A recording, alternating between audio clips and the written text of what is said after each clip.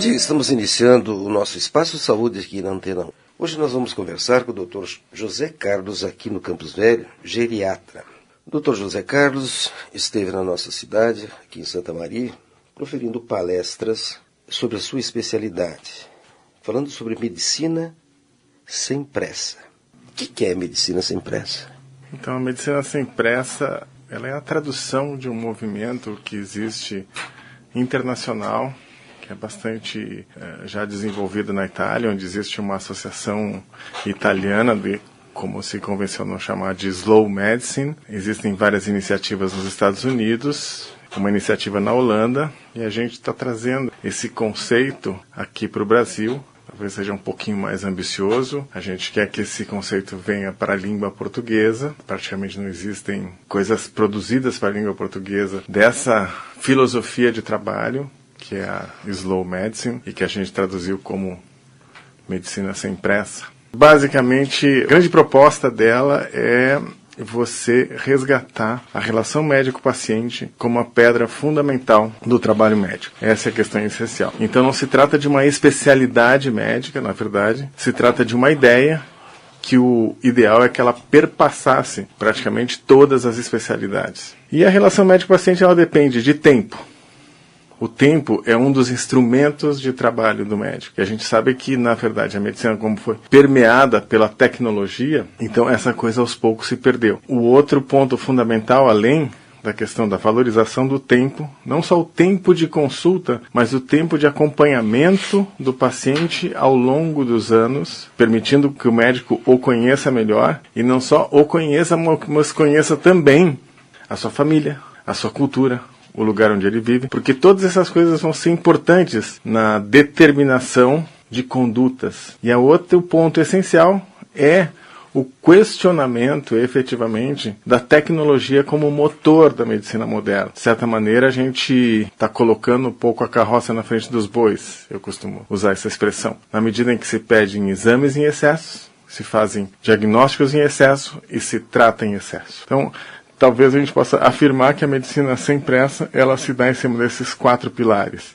Tempo, valorização do tempo, valorização da relação médico-paciente ao longo do tempo, cautela na solicitação de exames e a mesma cautela na instituição de medidas terapêuticas. Eu vou voltar um pouquinho atrás, porque eu acho isso importante. Assim. As pessoas ouviram falar pouco a respeito da medicina sem pressa ou da slow medicine. As raízes da slow medicine vem da slow food, que isso é um conceito que já é um pouco mais conhecido. O que acontece é assim, que o mundo tecnológico e apressado que a gente vive está perdendo uma série de coisas. E a slow food, que nasceu também na Itália, a medicina sem pressa tem uma história que é bastante interessante. Ao longo dos últimos 14 anos esse conceito vem sendo desenvolvido. A slow food começou como um projeto quando foi inaugurada, ou estava para ser inaugurada, uma filial do McDonald's na Piazza di Espanha, em Roma. Aí um cara chamado... Eles estragaram a praça?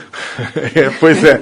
O Carlo Petrini, que é um italiano, que é o fundador do movimento Slow Food, ele foi lá e disse assim, não, aqui na Piazza di Espanha não.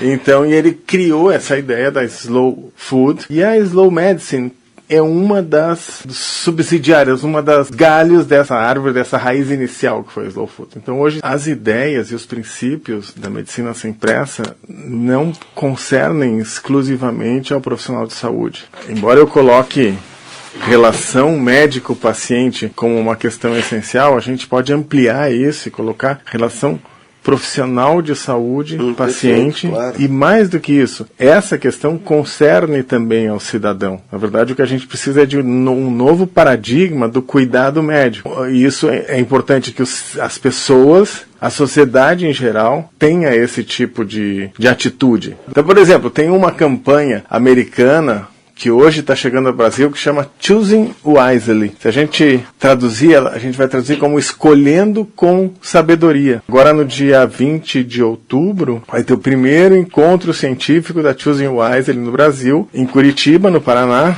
junto do Congresso Brasileiro de Medicina Hospitalar. Essa Choosing Wisely é uma campanha onde as sociedades médicas se pronunciam em relação a 5 procedimentos ou terapias que não devem ser usadas rotineiramente, embora o sejam. Essa campanha Choosing Wise, lá na Itália, ela é levada a cabo pelo grupo de Slow Medicine. É uma campanha internacional que está chegando no Brasil e que busca racionalizar exatamente essa questão da solicitação excessiva de exames, da proposição, às vezes abusiva, de medidas terapêuticas e que acabam levando a custos elevados e, eventualmente, até a problemas, porque a medicina, os procedimentos terapêuticos, muitas vezes podem ser procedimentos invasivos e podem trazer efeitos colaterais e reações adversas importantes.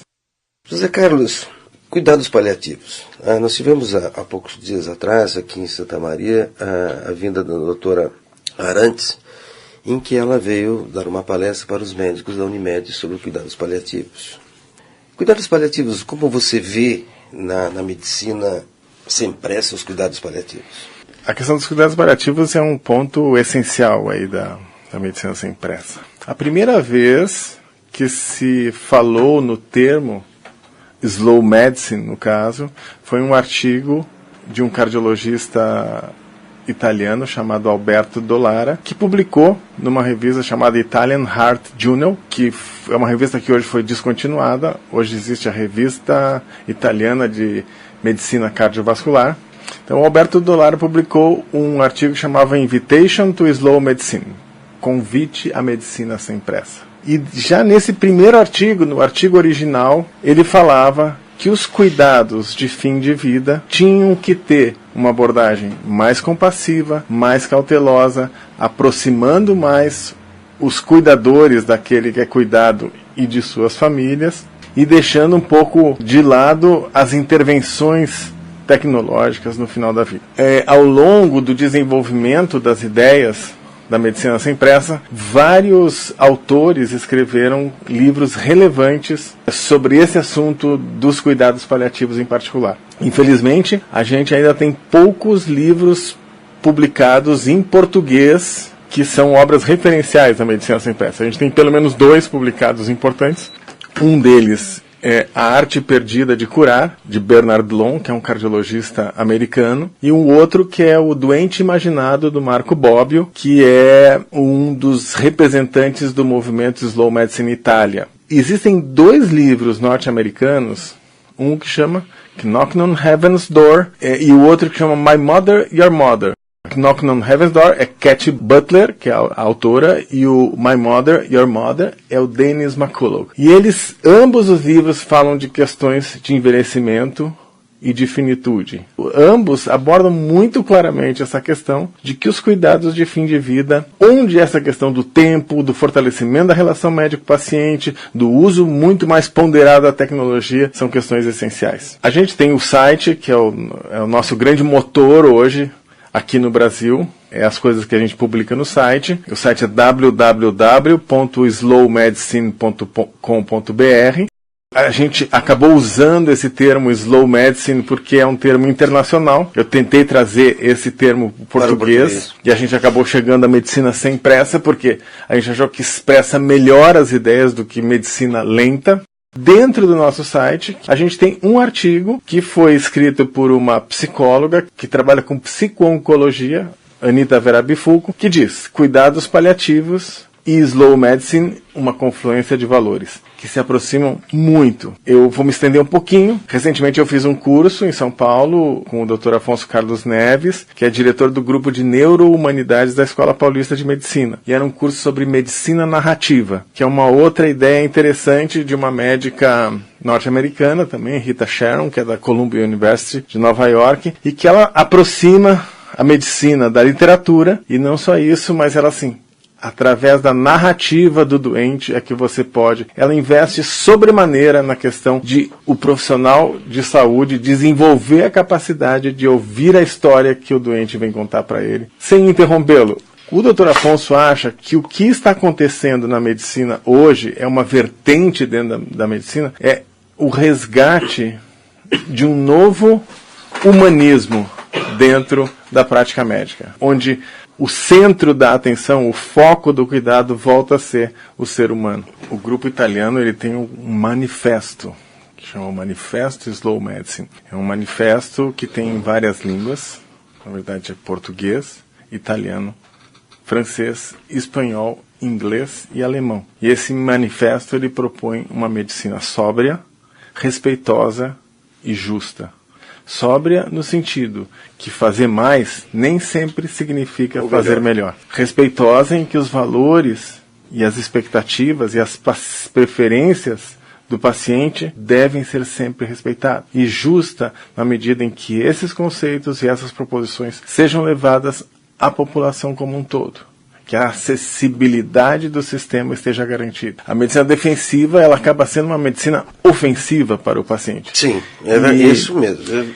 E uma das coisas bem interessantes a respeito disso é que eu já ouvi mais de uma vez esse tipo de colocação, é que assim, se existe uma relação médico-paciente sólida, consistente, de confiança, não tem processo a necessidade não tem processo. A necessidade de medicina defensiva cai. Pela leitura que eu faço e pela experiência que eu tive, na grande maioria das vezes, o paciente não procura outra pessoa. Se a gente consegue estabelecer esse vínculo verdadeiro, de confiança, que a gente chama aliança terapêutica, o paciente acredita em ti. Mas, Renor, eu acho que é importante, dentro da Slow Medicine, colocar uma coisa que nós estávamos falando aqui no intervalo, que não se fique com a ideia de que slow medicine ou medicina sem pressa significa um tempo enorme no atendimento, a consulta do paciente e inviável para a maioria do tempo da nossa prática médica. É realmente se fazer o que é adequado, o que é indicado, o que é ético dentro do tempo que se tem, dependendo do contexto, para a conversa com o paciente, para a atenção. É um resgate de uma atenção relâmpago para uma atenção um pouquinho maior, onde se possa escutar. E a Slow Medicine, como eu pude aprender essa semana, ela é baseada numa série de princípios que permeiam também uma série de outras coisas que se ensina dentro da bioética, da área médica, que eu acho que ele pode colocar. E no respeito a todos esses princípios, a priori se está fazendo, e com muito cuidado, a medicina sem pressa. Os princípios, a gente adaptou esses princípios, traduziu de uma maneira livre a partir dos 10 princípios que foram publicados pelo grupo holandês de Slow Medicine. E não por acaso, nesses princípios, o primeiro deles é o tempo e o 10º deles é a tecnologia. A gente não questiona o papel fundamental, essencial... E o valor da tecnologia. Da tecnologia na medicina atual. Na verdade, a gente quer que ela seja adequadamente utilizada, porque em um outro princípio tem a questão da individualização do cuidado. Cada indivíduo é um indivíduo em particular. A gente se utiliza dos instrumentos da medicina convencional e também da tecnologia, mas de uma maneira cuidadosa, respeitosa. Um dos princípios da medicina sem pressa é o compartilhamento das decisões, onde não só o médico, mas também o sujeito, o paciente, é responsável por sua própria saúde, pelas decisões que concernem. A tomada de decisões é do médico e do paciente e, eventualmente, de sua família. Por exemplo, em geriatria, eu vejo isso todos os dias, a gente está com uma verdadeira epidemia de doença de Alzheimer, por exemplo, com o envelhecimento populacional, uma prevalência cada vez maior da doença de Alzheimer, onde o indivíduo não tem mais como ele mesmo tomar suas próprias decisões. Então, muitas vezes, quem toma é a própria família. Mas, de qualquer maneira, o compartilhamento das decisões é fundamental. Então, assim, não é uma medicina que diz assim, não, vamos voltar para a Idade da Pedra. Ao contrário, a gente quer que a tecnologia seja utilizada de uma maneira apropriada a cada caso em particular. E questione a utilização abusiva disso. Essa ideia da medicina sem pressa, ela cai em terreno fértil. Se você estiver falando com médicos, eles vão entender e vão se perguntar e vão refletir. Uma outra tradução que uma vez eu pensei seria medicina reflexiva, mas eu achei meio besta. Desculpa. Eu acho importante assim, colocar assim, que as pessoas, quando eu falo cair em terreno fértil, que você ouve também, as pessoas ficam muito sensibilizadas, os não médicos, não profissionais de saúde, com esse discurso. Então, o que efetivamente isso me parece claro é que o que a gente precisa é uma mudança de paradigma. É uma mudança de padrões, que não só os médicos estão cansados disso, como também os pacientes, mas a gente continua fazendo as mesmas coisas.